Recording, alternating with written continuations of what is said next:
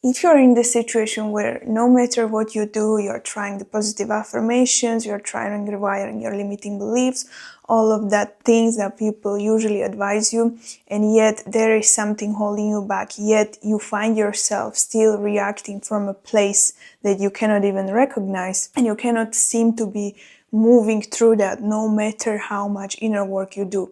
This is what is driving the behavior underneath that, and that is shadow.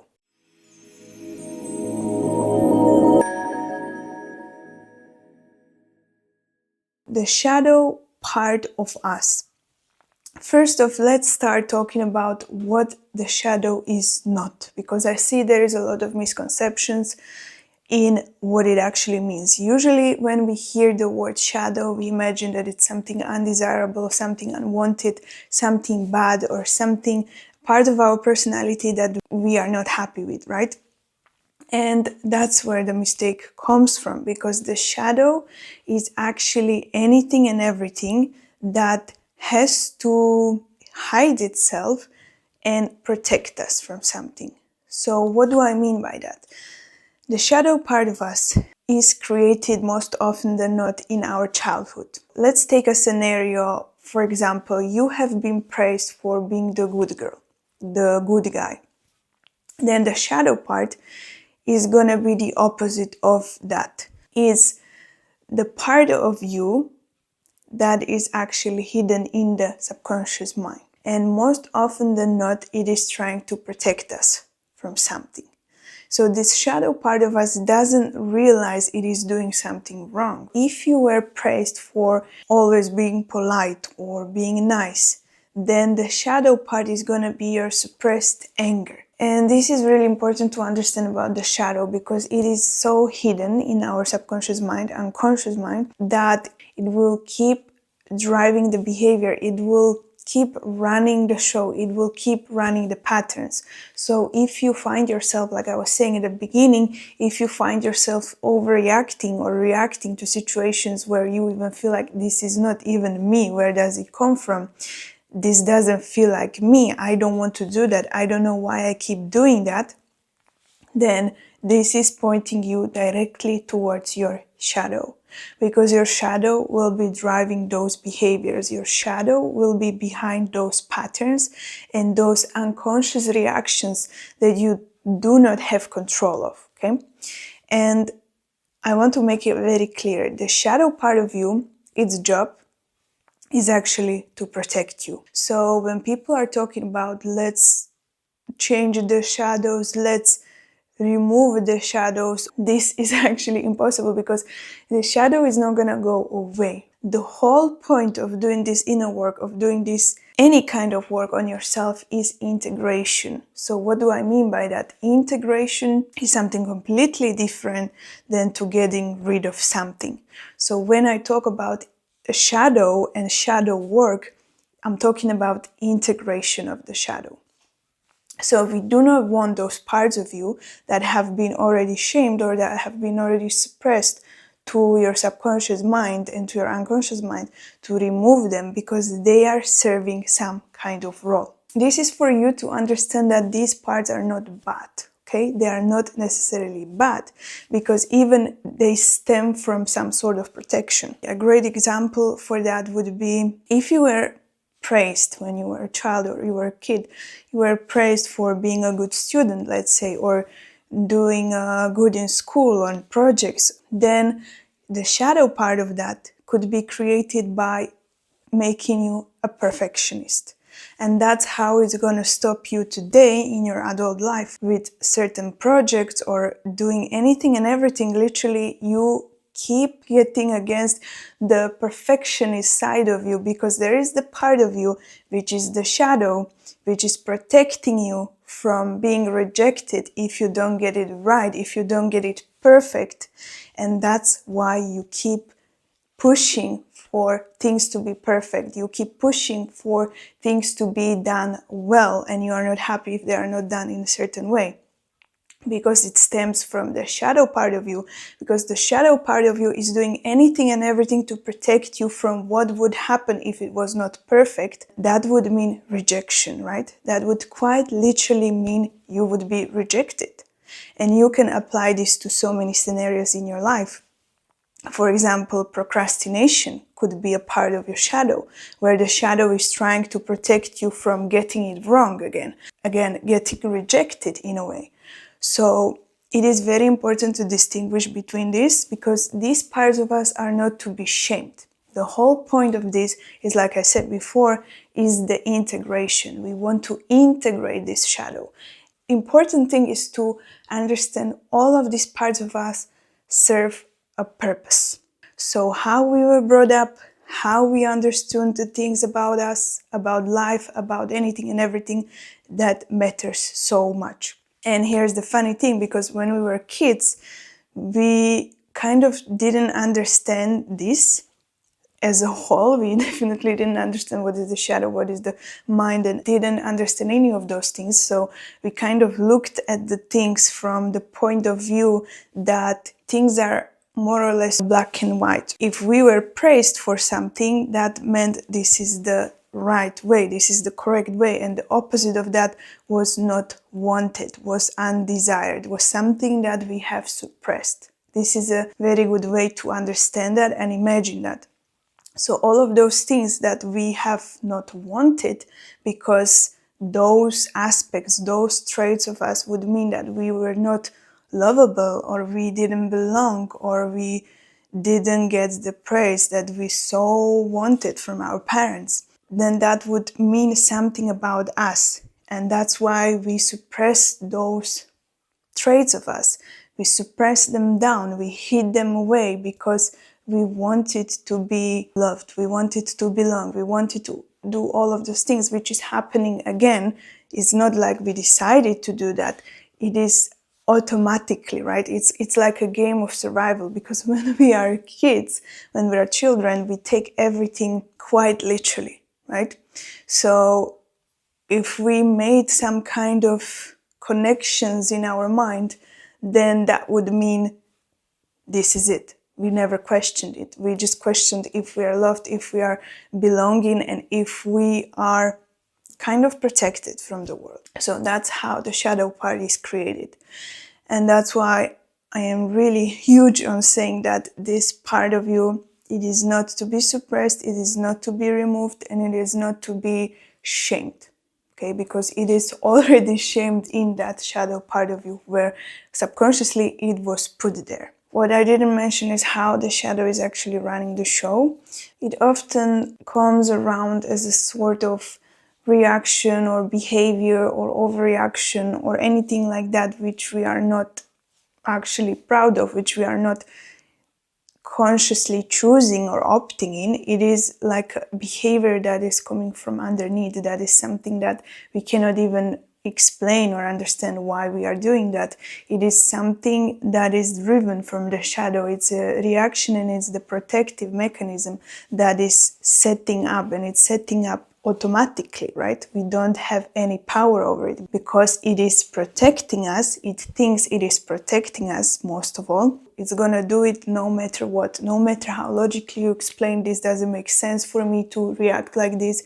This doesn't make sense for me to be procrastinating when I have an important project or deadline. This doesn't make sense to be so perfectionist about certain project when I went over it a million times and I already know it is good.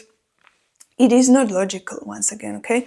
It is the protective mechanism that is gonna kick in, and it's gonna kick in automatically. It's something that is happening. And here is a very important thing to actually understand about the shadow. So it is trying to protect us, and it is trying to protect us from pain to happen again, right?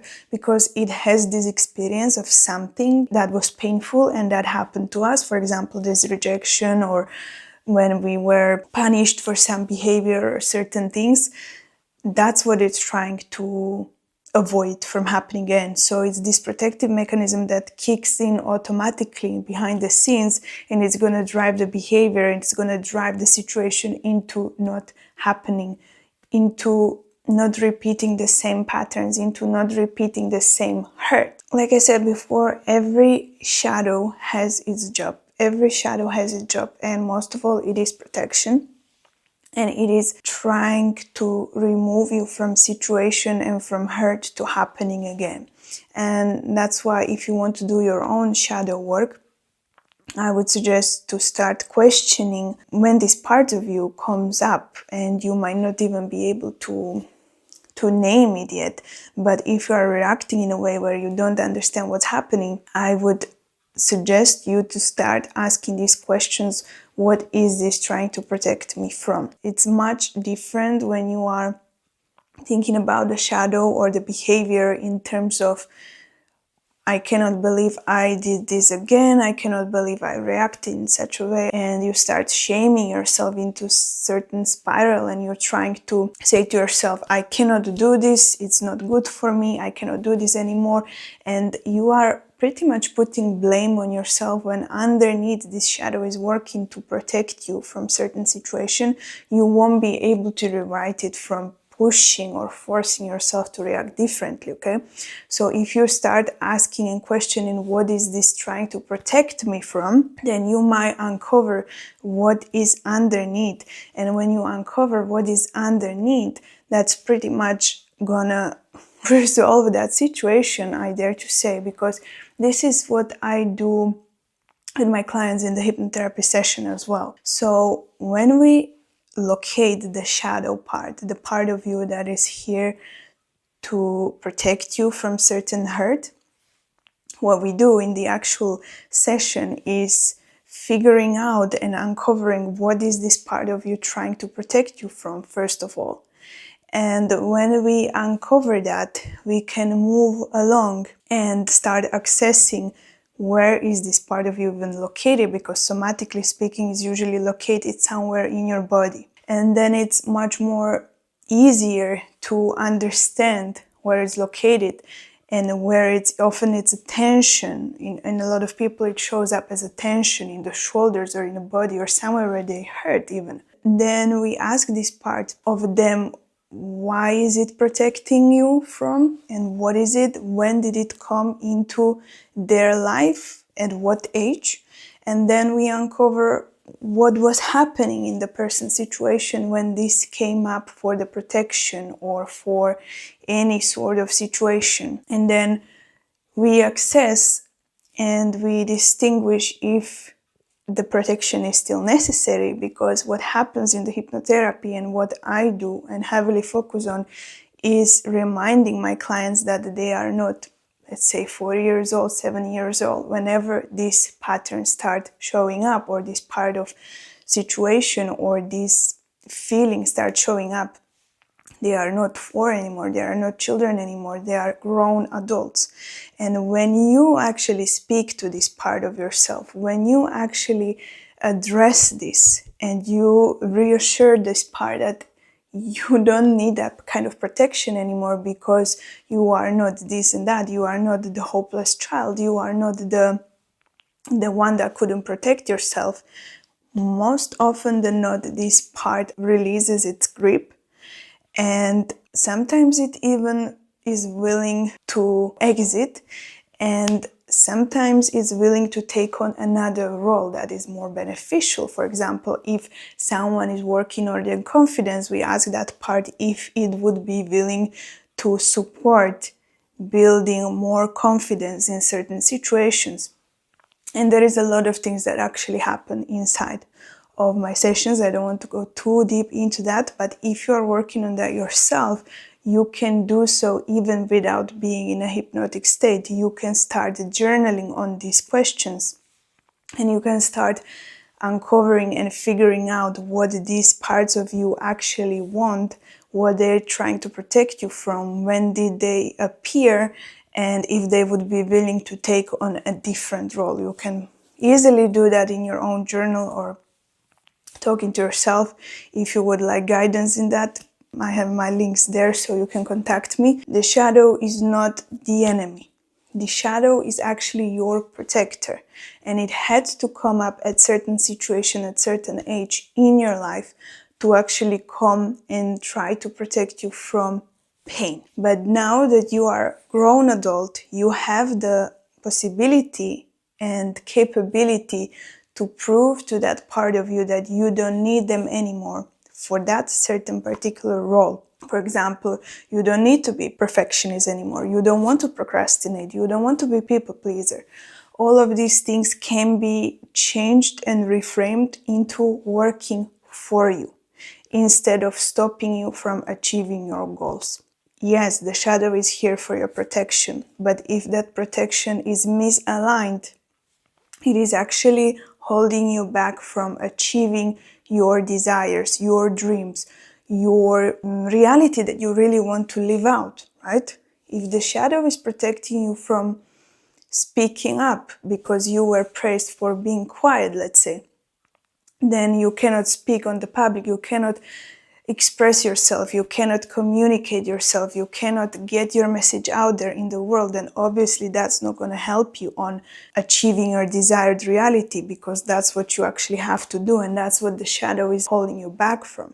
So it is very important to communicate that and to actually access that within you and to be able to resolve that, so you don't have this unnecessary stuff holding you back. The same happens with the sabotage, self-sabotage. All of these behaviors stem from some part of us that didn't feel safe, that felt like needed protection in one way or another. And that's going to come up in the most ridiculous situations in our adulthood. It might sound a bit weird when you think about it, that you have to talk to a parts of you that didn't understand what was happening, but this is so crucial in our evolution, in our understanding, in our progress. It is literally life-changing when you do this work, when you do this shadow work, and you understand, okay, finally I can move, I can do those things I really wanted to do, and something was holding me back. For what reason? And understand that everything that is in your mind, in your body, is working for you. But you need to be able to readjust those things that are outdated.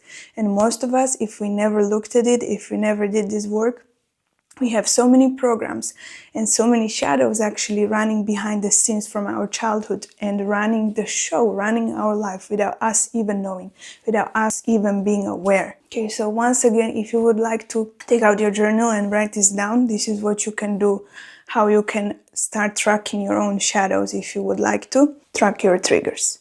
Start with tracking the pattern. Okay, so if there is a repeating pattern in your life, or repeating behavior, repeating reaction in your life, that's gonna guide you directly to the shadow. The second thing you can do, instead of asking why am I like this, or this is how I am, you want to be asking this particular part of you, this particular trigger situation, asking what are you trying to protect me from? And obviously, when you are doing it for the first time, you don't need the perfect answers. There is no perfect answer. You just need to be curious, and you need to be able and willing to listen. The third thing, if you are willing to go even deeper, would be asking this part of you directly, asking if you had a voice, if you could speak, what would you be saying right now? What would you be trying to communicate with me?